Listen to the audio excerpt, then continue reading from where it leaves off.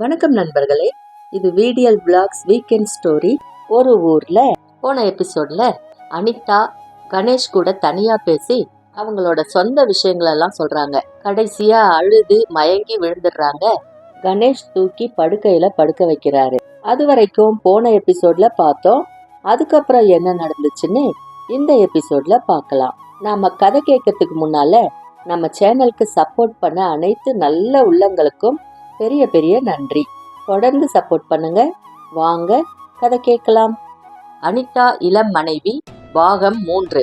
அனிதாவின் அந்தரங்கமான மெலிதான பவுடர் வாசனை கணேஷின் மேல் பரவியிருந்தது. அவளை தூக்குவது எவ்வளவு சுலபமாக இருந்தது, எவ்வளவு சம்மதமான கணம். என்ன சொன்னாய் மோனிகா? இங்கேயே அவள் மயக்கம் தெளியும் வரை இருக்க போகிறாயா, இல்லை புறப்பட்டு விடுவாயா? புறப்படுகிறேன். நீ இப்பொழுது யார் கட்சி? 2 பேருமே இப்பொழுது ஒரே கட்சியில் இருக்கிறீர்கள். அது உன் அப்பாவை வெறுக்கும் கட்சி. அனிதா என்னை பற்றி என்ன கேட்டால், மோனி என்னை பற்றி என்ன கேட்டால் என்று கேட்டாள். நீங்கள் இருவரும் ஒருவரை ஒருவர் கடித்து சாப்பிட விரும்புகிறீர்கள். சரி மோனிகா, நான் அந்த உயிலை அப்புறம் பார்க்கிறேன். இப்போவே காட்ட சொல்றேன். பாஸ்கர். இல்ல மோனிகா, நான் கோர்ட்டுக்கு போகணும்.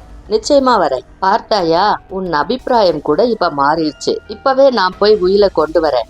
காரில் அவள் சாலையில் கவனத்துடன் பேசினாள். கணேஷ், உன் உதவி எனக்கு தேவையா இருக்கு. நான் தான் உன்னை முதல்ல வந்து கேட்டேன். இதை மறக்காதே. அனிதா மறக்காதே என்று எழுதிவிட்டு செத்து போன ராஜாவின் ஞாபகம் வந்தது கணேஷுக்கு. மோனிகா, நீ உமர் கயாம் படித்திருக்கிறாயா? இல்லை, அனிதா படித்திருக்கிறாள். Don't tell me. அவள் உன்னுடன் இத்தனை நேரம் உமர் கயாமா பேசினாள்? அவள் தன்னை பற்றி சில விவரங்கள் சொன்னாள். உன் அப்பாவை மணந்ததற்கு காரணம் சொன்னாள். என்ன காரணமாம்? Pure love.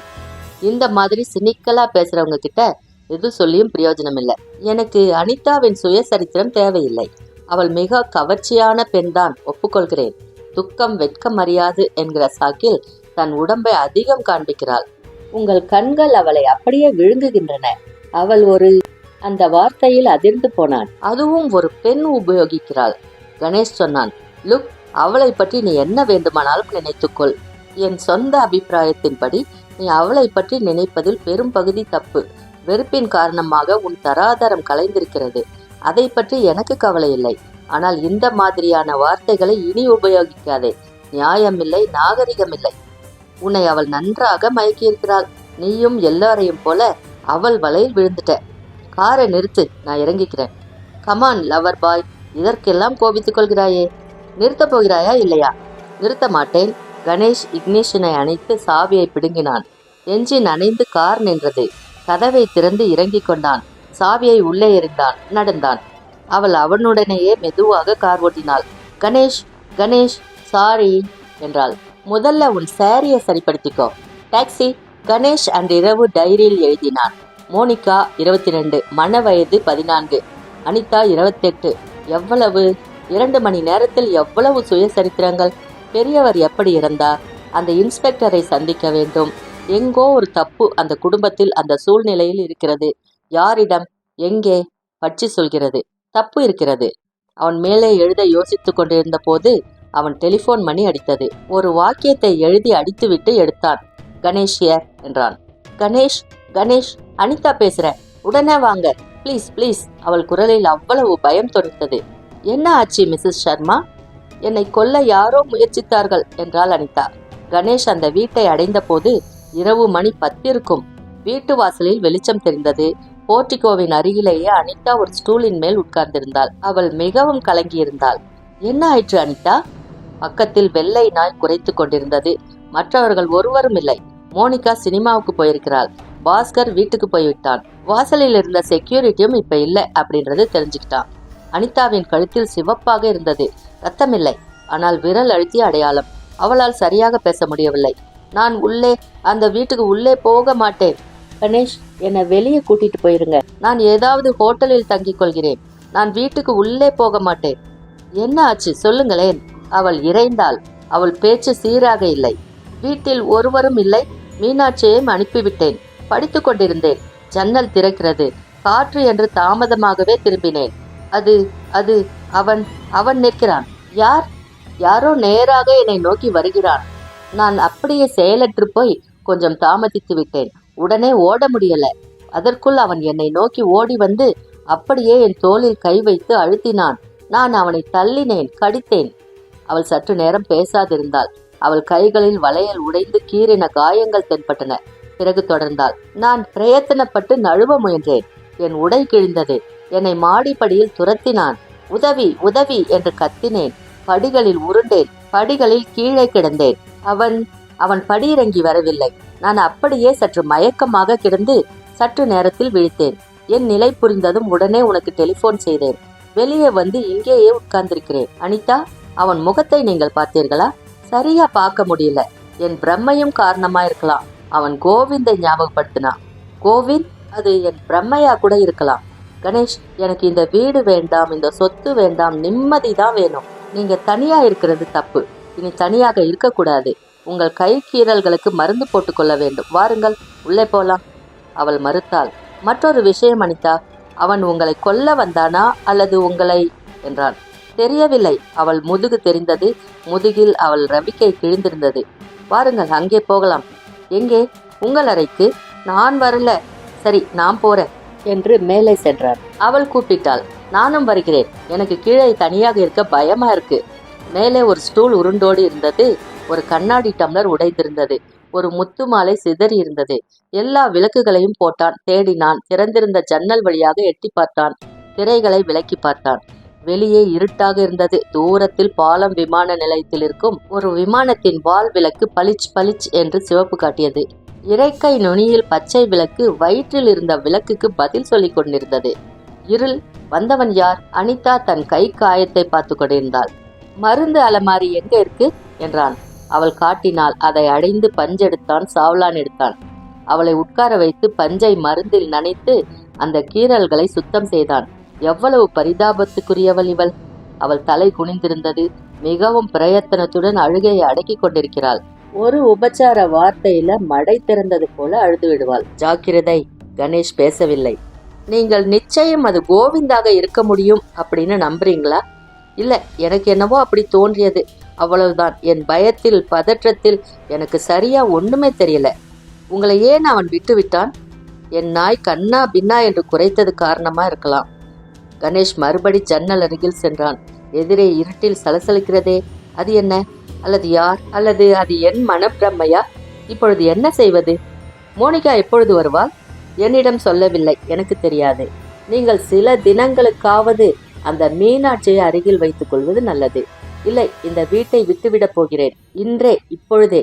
இப்பொழுது நீங்கள் செல்வதற்கு ஒரு இடமும் கிடையாது. மோனிகா வரும் வரை நான் இருக்கிறேன். நீங்க சாப்பிட்டீங்களா? இல்ல. நீங்கள்? நான் சாப்பிட்டு விட்டேன். எனக்கு பசி இல்லை. பயப்பட்டிருக்கிறாள். உட்காருங்கள் என்றாள். உட்கார்ந்தான். நீங்கள் உடை மாற்றிக்கொள்ள வேண்டும் என்றான். அந்த அறைக்கு போக எனக்கு பயம். அவன் பதில் சொல்லவில்லை. அவர்கள் பார்த்து கொண்டார்கள். அதில் கேள்வி, பதில், விளக்கம் எல்லாம் இருந்தது. கணேஷ், அந்த கதவை சாத்துங்கள் என்றாள். ஜன்னல் கதவை மூடினான். அதில்லை, அறை கதவு. கணேஷ், அந்த விளக்குகளை அணையுங்கள். எல்லா விளக்குகளையும். உடன்பட்டான். மோனிகா வந்தபோது கணேஷ் ஒரு ஹாலில் உட்கார்ந்து ஒரு பத்திரிகை படித்து கொண்டிருந்தான். இரவுதான். அதே இரவுதான். Surprise. What brings you here? உனக்காக எத்தனை நேரம் காத்திருப்பது? என்ன சினிமா? Some silly movie. அதிர்கட்டும். நீ என்னை தேடிக்கொண்டா வந்தாய்? ஆம். மோனிகா. அனிதா எங்கே என்றாள். நான் பார்க்கவில்லை. நான் வந்தப்போ இங்கு உட்கார்ந்துருந்தாங்க. உன்னை கேட்டேன். வெளியே போயிருக்கிறாள், உட்கார் அப்படின்னு சொல்லிட்டு எழுந்து போயிட்டாங்க. அவளுக்கு உடம்பு சரியில்லையா? யார் கண்டாங்க? என் மேல கோபம் எல்லாம் போயிடுச்சா? உன்மேல் எனக்கு கோபம் இல்லை. அதுதான் காரில் இருந்து இறங்கி ஓடினாயா? கணேஷுக்கு பதில் சொல்லும் சிரத்தை இல்லை. அவனுக்கு ஒருவித குற்ற உணர்ச்சியும் இருந்தது. சற்று முன் நடந்ததை அவன் நினைத்து பார்க்கும்போது சந்தோஷத்தின் ஓரத்தில் அந்த குற்றம் ஜருகையிட்டது. அனிதா எப்படிப்பட்டவள்? பயப்பட்டவள். என்னை நாடும் கொடி. எவ்வளவு அழகான கொடி! என்னை எதற்காக நாடினாள்? எவ்வளவு இயல்பாக ஒரு மலர் மலர்வது போல விரிந்தது அந்த அனுபவம். அனிதா, உன்னை என் வாழ்நாள் முழுவதும் காப்பாற்றுவேன். உன்னை கரம் பற்றுகிறேன். உன்னை நான் மணக்கப் போகிறேன். அனிதா, என்னை நீ மணப்பாயா? கணேஷ். கணேஷ். Yes Monica. நீ சாப்பிட்டாச்சா? ஆம். அப்படின்னா வா, நேரு பார்க்கு வரை போகலாம். எதுக்கு? தனியா பேசுறதுக்கு. கணேஷ் தனிமையை விரும்பவில்லை. தனிமைக்கு அவன் பயந்தான். மோனிகாவிடம் பொய் சொல்கிறேன். மோனிகாவிடம் தப்பிக்க விரும்புகிறேன். எப்படி தப்பிக்க போகிறேன்? அந்த ரகசியம் மார்பில் ஓடுகிறது. அனிதா மேலே இருக்கிறாள் தனியாக. அவளை தனியாக விடக்கூடாது. மோனி, நான் ஒன்று கேட்பேன், தப்பாக எடுத்துக்கொள்ள மாட்டாயே? சொல். இரவு வெகு நேரமாகிவிட்டது. நான் இரவு இங்கேயே படுத்திருந்து விட்டு போகிறேன். இதோ இந்த சோபாவிலேயே. ஒரு புத்தகம் கொடு. எனக்கு என்னவோ உன் மாதிரி பெண் இந்த வீட்டில் தனியாக இருப்பதில் அபாயம் இருக்கிறது என்று படுகிறது. அதுவும் உன் அப்பா இறந்து போன வினோத சூழ்நிலையில். நீ என் கிளையண்ட் என்கிற ரீதியில் உன் பத்திரமும் எனக்கு முக்கியம்.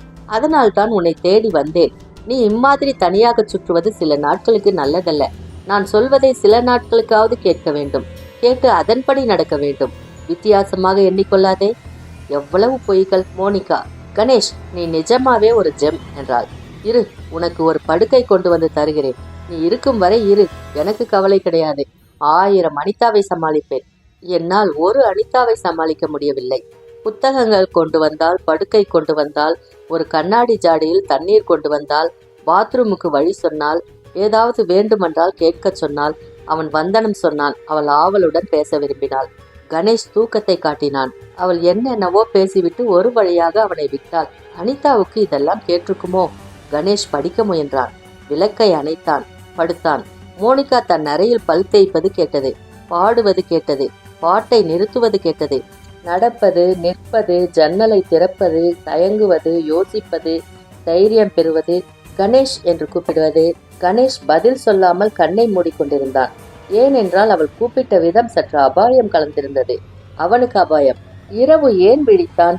அதை பற்றி அவன் பிற்பாடு யோசித்ததில் கடவுள் தான் அவனை எழுப்பியிருக்க வேண்டும் என்று முடிவுக்கு வந்தான். எழுந்தவுடன் அவன் உடம்பு முழுவதும் பரபரத்தது. மிக அருகே ஒருவன் நின்று கொண்டிருந்தான். இருட்டில் அவனை தெரியவில்லை. அவன் நல்ல உயரமாக இருந்தான். கணேஷ் தன் மூச்சை அடக்கிக் கொண்டான். அவன் நிதானமாக கணேஷை அணுகி நிதானமாக வலது கையை தூக்கி, என்ன வைத்திருக்கிறான் கையில்? ஒரே போடு. கணேஷ் உருண்டு தப்பித்து விட்டான். உடனே அவன் கால்களை பற்றி இழுத்தான். இருவரும் இருளில் தரையில் விரித்திருந்த கம்பளத்தில் மௌனமாக உருண்டார்கள். குத்து மதிப்பான சண்டை. அவன் மூச்சு கேட்டது. கிடைத்த ஒரே ஒரு சந்தர்ப்பத்தில் கணேஷ் விட்ட குத்து ஒழுங்காக அவன் மேல் பட்டு கணேஷின் முட்டி மிக வலித்தது. அவன் தப்பியோட பார்த்தான். கணேஷ் அதற்குள் அவனை மிதித்தான். மெல்ல அருகில் அவன் தென்பட கணேஷ் சுவிட்சை நோக்கி உடனே ஓட அவன் தடுத்து அவனை வீழ்த்தினான். வீழ்த்தி பூட்ஸ் காலால் அவனை உதைத்தான். கணேஷ் அடுத்த உதையில் அவன் பூட்ஸை பற்றி கொண்டு ஆக்ரோஷமாக திருப்பினான். அவனுக்கு வலித்திருக்க வேண்டும். ஆனால் கத்தவில்லை. ஒரு கடைசி முயற்சியாக அந்த ஆயுதத்தை மறுபடி கீழ்நோக்கி அடித்தான். பட்டது நாற்காலியில். கணேஷ் விலகிவிட்டான். அவன் யார்? அவன் யார்? விளக்கை போட வேண்டும். கணேஷ் ஓடிப்போய் விளக்கை போட்ட போது அவன் இல்லை. கீழே ஒற்றை பூட்ஸ் கிடந்தது. மிகவும் மௌனமாக இருந்தது. அவன் சட்டையில் இரத்தக்கரை தெரிந்தது. தன் முகத்தை தடவி அடிப்பட்ட இடத்தை தேடினான். அவர்கள் இருவரும் காத்து கொண்டிருந்தார்கள். அவர்கள் தூக்கம் கலையவில்லை. ஏர் கண்டிஷனருக்காக அடைத்திருந்த அந்த படுக்கை அறைகளில் சத்தம் கேட்டிருக்காது. நான் என்ன காவலாளி? அனிதாவை பற்றி மிகவும் கவலைப்பட்டான். மெதுவாக மாடி ஏறி சென்று மெதுவாக அந்த அறையை தட்டினான். அனிதா என்று கூப்பிட்டான். 3ஆம் தரம் தட்டியதும் யாரது என்று பயம் கலந்த கேள்வி வந்தது. கணேஷ் என்றான். சற்று நேரத்தில் கதவு திறந்தது. அனிதா நைட் கவுனில் இருந்தாள். அனிதா, உங்களுக்கு ஒன்றும் ஆபத்து ஏற்படவில்லையே? ஒன்றுமில்லை. நான் எல்லா கதவுகளையும் உள்ளே மூடிக்கொண்டு. மை காட், நெற்றியில் என்ன ரத்தம்? என்னை ஒருவன் தாக்க முயன்றான். நாங்கள் சண்டையிட்டோம். பெரும்பாலும் அவன் ரத்தம். அனிதா ஒரு விளக்கை போட்டு அந்த கண்ணாடியில் பார்த்து கொள்ளுங்கள் என்றாள். நெற்றியில் அவன் எதிர்பார்த்ததை விட காயம் அதிகமாக இருந்தது. அனிதா மருந்து கொண்டு வந்தாள். அவனை உட்கார வைத்து அந்த காயத்தை சுத்தப்படுத்தி கட்டினாள். Ganesh, are you all right? Anita, thanks என்று அப்படியே தலையை பின்புறம் சாய்த்து அவளை பார்த்தான். மன்னிக்கவும், உங்களை காப்பாற்றுவதற்கு பதில் உங்களிடமே சிகிச்சை பெறுகிறேன். ஆனால் ஆனால் இந்த சிகிச்சைக்காக எவ்வளவு வேண்டுமானாலும் சண்டையிடலாம். I am sorry. சரியான அடி என்றாள். கணேஷ் மறுபடி கண்ணாடியில் பார்த்து கொண்டான். சற்று பெரிதாகவே கட்டியிருந்தாள். தூக்க மாத்திரை வேணுமா? வேண்டாம், நான் காவல் காக்க வேண்டியவன். இன்று காவல் போதும் என்றாள். இல்லை, நான் இன்று விழித்திருக்க வேண்டும். எனக்கு தூக்கம் இனி வராது. அப்படியானால் இங்கேயே இருங்கள், எனக்கு துணையாக. இருக்கிறேன் அனிதா, உங்களுக்கு, உனக்கு துணையாக, எப்பொழுதும் துணையாக, எப்பொழுதும். அவன் நிமிர்ந்து அவளை பற்றி திரும்பினான். மறுநாள் விடிந்ததும் கணேஷ் போலீஸ் ஸ்டேஷனுக்கு போகிறார். என்றார் இன்ஸ்பெக்டர் ராஜேஷ். கோவிந்த் இன்னும் அகப்படல என்ற கணேஷின் கேள்விக்கு, நீங்கள் லாயர்? ஆம், அந்த குடும்பத்தின் லாயர். அவர்கள் அந்த கோவிந்த் என்பவனை பற்றி கொடுத்த வர்ணனை போதாது. நடுத்தர உயரம், கோதுமை நிறம், காக்கி சட்டை, இதெல்லாம் என்ன வர்ணனை! போட்டோவுக்காக மிகவும் முயன்றேன், கிடைக்கவில்லை. நெற்றியில் என்ன காயம்? இடிச்சுக்கிட்டேன். எங்கே? கணேஷ் பதில் சொல்லவில்லை. அந்த கோவிந்த் எப்படிப்பட்டவன் அப்படின்னு தெரிஞ்சுக்கிட்டீங்களா? கொஞ்சம் தான் கிடைச்சது. மற்ற வேலைக்காரர்கள் போலீசுடன் பேசவே பயப்படுறாங்க. தங்களை அந்த கொலையுடன் சம்பந்தப்படுத்தி விடுவார்களோ என்கின்ற அச்சம். அதில் சந்தேகமில்லை என்றே எல்லோரும் நம்புகிறார்கள். அவன் அவருடன் போயிருக்கிறான். அவரிடம் இருந்த பணம் காணோம். அவர் கொலையுற்றிருக்கிறார். அவனை காணோம். ஆனால் அந்த கேஸ்ல சில விஷயங்கள் உறுத்துது. சிகரெட் பிடிப்பீங்களா? தேங்க்ஸ். 10:15 10:16 வரை சிகரெட் பற்ற வைக்கும் சம்பிரதாயத்தில் கலைந்தது. சொல்லுங்க என்றான் கணேஷ். முதல்ல உங்க இன்ட்ரெஸ்ட் இதில் என்ன? அந்த குடும்பத்தின் லாயர் என்கிற முறையில் போலீஸுக்கு முடிந்தவரை உதவுவது. உங்களுக்கு ஏதாவது புதிதாக தகவல் தெரியுமா மிஸ்டர் கணேஷ்? உங்களோட விசாரணை எவ்வளவு தூரம் போயிருக்கு அப்படின்றத பொறுத்துதான். ராஜேஷ் சாம்பலை தட்டுறாரு. அதிகமா ஒன்றும் இல்லை. கோவிந்தனின் வர்ணனை உள்ள ஒருவன் அகப்பட்டான். அது அவன் இல்லை அப்படின்னு தெரிஞ்சிருச்சு. மேலும் இந்த மாதிரி திடுக்கிடும் கொலை செய்பவன் ஒரே விதமான பேட்டர்ன்ல செய்வான். சில தினங்கள் தலைமறைவா இருப்பான். தன் சொந்த ஊருக்கு போவான். அல்லது பெரும்பாலும் அதிக ஜனத்தொகை கொண்ட ஒரு நகரத்திலேயே மறைஞ்சிருப்பான். திருடிய பணத்தை செலவழிக்க அவன் தன் மட்டத்துக்கு வரும்போதுதான் அவன் அகப்பட வாய்ப்பே இருக்கு. அதிக பணம் அகப்பட்டாலும் அதை செலவழிக்க ஒரு திறமை வேணுமே. அந்த கேஸ்ல சில விஷயங்கள் உறுத்துது அப்படின்னு சொன்னீங்களே என்றான். ஆம், முதலில் ஒரு முழு நாள் சர்மாவும் கோவிந்தும் புறப்பட்டு சென்றது புதன். பாடி கிடைச்சது வெள்ளி மாலை. டாக்டர்கள் கணக்கிட்டபடி அவர் இறந்தது வெள்ளி காலை அல்லது வியாழன் சாயந்தரம். ஒரு முழு தினம் நடுவில் உதைக்குது. இன்னொன்னு, சர்மா உடல் கிடந்த ரிட்ஜ் ரோடுக்கும் அவர் தன் வீட்டிலிருந்து ஹிசார் போகும் பாதைக்கும் சம்பந்தமே இல்லை. இரண்டாவது, சர்மாவின் உடலில் நாங்கள் பார்த்த சாட்டையடி காயங்கள். சாதாரண திருட்டாக இருந்தால் சாட்டையடி எதுக்கு? சாட்டையடியா? ஆமா, உடம்பு முழுவதும். ஆனா நாங்க விசாரித்த வரையில அந்த வேலைக்கார கோவிந்தன் நல்லவன், அடக்கமானவன், குடும்பத்துடன் 20 வருஷமா இருக்கிறவன். அப்படின்னா அந்த கோவிந்த தேடுறத விட்டுருங்க. இந்த கொலையின் விடை சர்மாவின் அந்தரங்க வாழ்க்கையில இருக்கலாம் அல்லவா? அதை துருவுங்கள். அவரோட பிசினஸ் வாழ்க்கையில அவருக்கு எதிரிகள் இருக்கிறதா தெரியல. அவர் எவரையும் ஏமாத்தல. கடும் உழைப்பால் சம்பாதிச்சிருக்கிறாரு. அவரோட குடும்ப வாழ்க்கையும் நேராத்தான் இருக்கு. இளம் வயதிலேயே மனைவியை இழந்திருக்கிறாரு. பிறகு மறுமணம், அதுவும் அழகான இளம்பெண்ணுடன். சரி, நீங்கள் வந்தது? சர்மாவோட உயில்ல ஒரு சிறிய சிக்கல் இருக்கு. எனக்கு ஒரு டெத் சர்டிஃபிகேட் வேணும். அதுக்காகத்தான் வந்தேன். சவுக்கடின்னா சொன்னீங்க? ஏன்? கொஞ்ச நேரம் யோசிச்சுட்டு கணேஷ் சொல்றான். நன்றி இன்ஸ்பெக்டர். எனக்கு ஏதாவது யோசனை தெரிஞ்சா நிச்சயம் உங்களுக்கு சொல்றேன். எனக்கு அந்த கோவிந்தின் புகைப்படம் எப்படியாவது கிடைக்குமா? முயற்சி செய்கிறேன், வரேன். கணேஷ் அனிதாவுக்கு ஃபோன் செய்த போது பாஸ்கர் டெலிஃபோனில் வந்தான். அனிதா தூங்குவதாக சொன்னான். பாஸ்கர் டெலிஃபோனை வைக்கிறதுக்கு முன்னால, ஒரு நிமிஷம் மிஸ்டர் பாஸ்கர் என்றான் கணேஷ். எஸ், நேற்று இரவு நீங்க எங்க போயிருந்தீங்க? வீட்டில் இருந்த. ஏன்? நான் உங்களை வந்து பார்க்கலாமா? கொஞ்சம் பேசணும். இன்னைக்கு நான் கொஞ்சம் பிஸி. நாளை வச்சுக்கலாமே. சரி, நாளைக்கு நான் வரேன் என்று சொல்லிவிட்டு உடனே அந்த வீட்டுக்கே கிளம்பினான் கணேஷ். காரை மிக வேகமா ஓட்டினான். தூள் பறந்தான். 15 நிமிஷத்துல வசந்த் விகார் வீட்டை அடைந்தான். சப்தமிடாமல் நடந்தான். உள்ளே நுழைந்தான். பாஸ்கர் அவனை பார்த்து ஆச்சரியப்பட்டான். நாளை வருகிறேன் என்றல்லவா சொன்னீர்கள்? இன்றே வந்துவிட்டேன். ஏன் நொண்டுகிறீர்கள் பாஸ்கர்? காலில் என்ன? பஸ் ஏறும்போது ஸ்லிப் ஆயிடுச்சு, சுளுக்கு. பார்த்து ஏற வேணா? Hello lover boy. Monica mini skirt அணிந்திருந்தா. மெலிதான கட்டமான ஷர்ட் அணிந்திருந்தா. தலைமயிரை கொஞ்சம் கவனிச்சிருந்தா. கணேஷ், நீ ட்விஸ்ட் ஆடுவியா? எனக்கு தெரிந்ததெல்லாம் கைச்சண்டை, ஜூடோ, கராத்தே அப்படின்னா கணேஷ் பாஸ்கரை பார்த்து கொண்டே. நெற்றியில் என்ன காயம்? நேற்று ஒரு ஆள் கூட சண்டை போட்டு பழகினேன். சண்டை? ஆம். You mean filthy cups? Hollywood படங்கள் போல? எக்ஸாக்ட்லி. எதுக்கு? சும்மா வெறும் தேக பயிற்சிக்காக. நீ வினோதமான ஆசாமி. என் உயில் விஷயம் என்னாச்சு? கவனிச்சுக்கிட்டு இருக்கிற. அனிதா எங்க? குளிக்கிறா.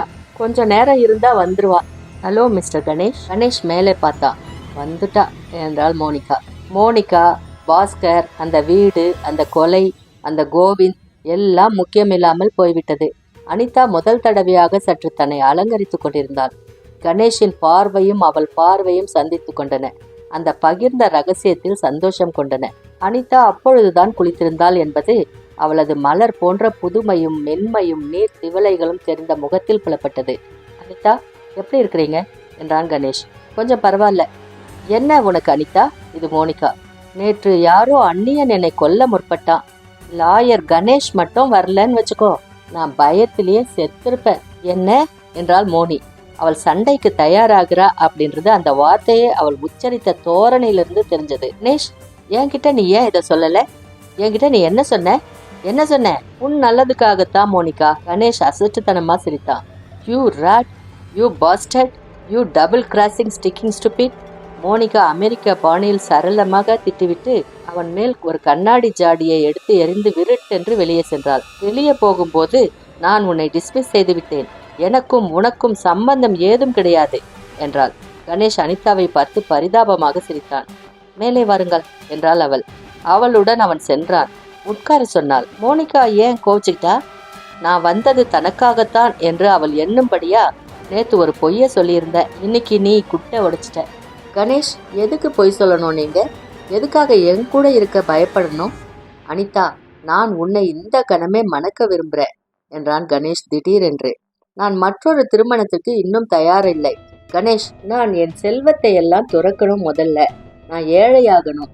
எனக்கு மன நிம்மதி வேணும். அது இருக்கட்டும், நீங்க ஏன் பாஸ்கரை சந்தேகப்படுறீங்க? கணேஷ் உட்கார்ந்தான். நான் பாஸ்கரை சந்தேகப்படுறேன் அப்படின்னு ஏன் நினைக்கிறீங்க? நீங்க பாஸ்கரை கேட்ட கேள்விகள் எனக்கு காதுல விழுந்தது.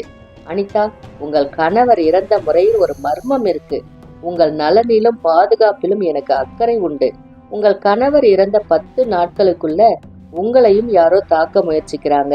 உங்களுக்கு காவலான என்னையும் தாக்க முயற்சிக்கிறாங்க. உங்க கணவரை கொன்றவன் வேலைக்காரன் கோவிந்த் அப்படின்னு வச்சுக்குவோம். பணத்துக்காக அவரை கொன்றான் அப்படின்னா உங்களையும் என்னையும் கொல்ல காரணம். மேலும் கணேஷ் தயங்குறான்.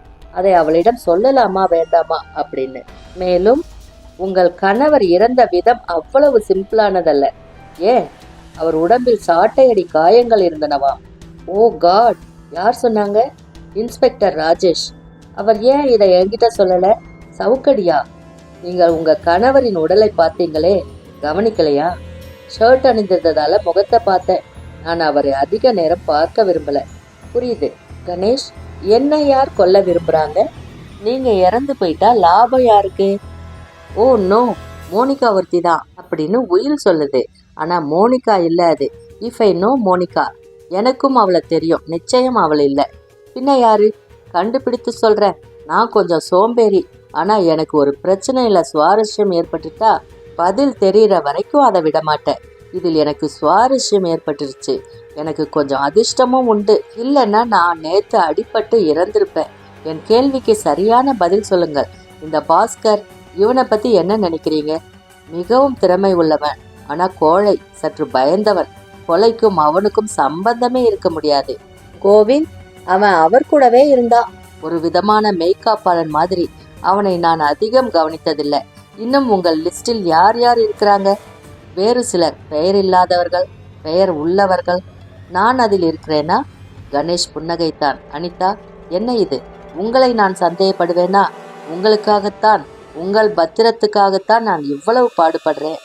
கணேஷ் கீழே இறங்கிய போது பாஸ்கர் நின்று கொண்டிருந்தான். பாஸ்கர், நான் உங்களை நேரா ஒரு கேள்வி கேட்கிறேன்.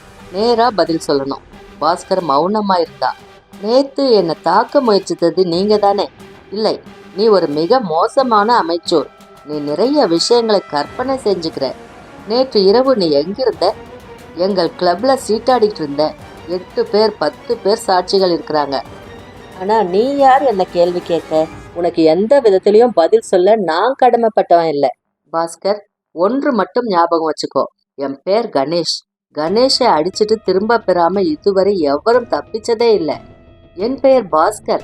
என்ன முட்டாள்தனமா சந்தேகப்படுறவங்க கடைசியில துக்கப்படுவாங்க. அனிதாவை ஜாக்கிரதையா பாத்துக்கோ. நீதான் இருக்கிறியே, பிஸ்கெட் போட்டா உடனே ஓடி வந்து கவ்வி தின்ன. அவன் அந்த வாக்கியத்தை முடிப்பதற்கு முன் பாஸ்கர் தாடையில் அடிபட்டான். அவன் கண்ணாடி எகிரி விழுந்தது. பாஸ்கர் தன் தாடையை தடவி கொண்டான். வாயில் ஒற்றி ரத்தம் வருகிறதா என்று பார்த்து கொண்டான். அப்புறம் கீழ்கம்பளத்தில் கிடந்த கண்ணாடியை எடுத்து துடைத்து போட்டு கொண்டான். கணேஷ் 2 கைகளையும் கராத்தே பாணியில் வைத்துக்கொண்டு எதிர் சண்டையை துவக்க காத்திருந்தான். பாஸ்கர் சொன்னான், நான் உன்கிட்ட சண்டெல்லாம் போட மாட்டேன். நான் ஞாபகம் வச்சுக்குவேன். எனக்கு நண்பர்கள் இருக்கிறாங்க, அவங்க கவனிச்சுக்குவாங்க. போ, மோனிகா காத்திருக்கிறா, அவளையும் போய் கெடு போ. கணேஷ் மறுபடி பாய்ந்த போது அவன் ஒதுங்கி கொண்டான். கணேஷ் கீழே விழாமல் சமாளித்து கொண்டு நிமிர்ந்து பாஸ்கரை நோக்கி நிதானமாக நடந்தான். பாஸ்கர் சிரித்தான். உண்மை உண்மை கசக்கிறது, ரத்தம் புளிக்க போகிறது உனக்கு. எனக்கு நிறைய நண்பர்கள் இருக்கிறாங்க. Easy lawyer easy. இந்த வீட்டு ஃபர்னிச்சர் எல்லாம் நீ கனவில் கூட வாங்க முடியாத செல்வங்கள். கணேஷ் அவன் மேல் பாய்ந்தான். அவன் கழுத்தை பிடித்தான். கணேஷ், அனிதாவின் குரல். கணேஷ் நிறுத்திவிட்டான். மிஸ்ஸஸ் சர்மா, உங்க லாயர் நம் வீட்டுக்கு நிறைய சேதம் விளைவிக்கிறான் என்றான் பாஸ்கர் தன் உடைகளை தட்டி கொண்டு. என்ன சண்டை இது பாஸ்கர்? நான் ஒரு விரலை கூட உயர்த்தவில்லை மிஸ்ஸஸ் சர்மா. உங்கள் செக்ரட்டரி என்கிட்ட உதைப்பட்டு சாக போறான். என்ன சொன்னா? சில உண்மைகளை என்றான் பாஸ்கர். மறந்து விடுங்கள் அனிதா.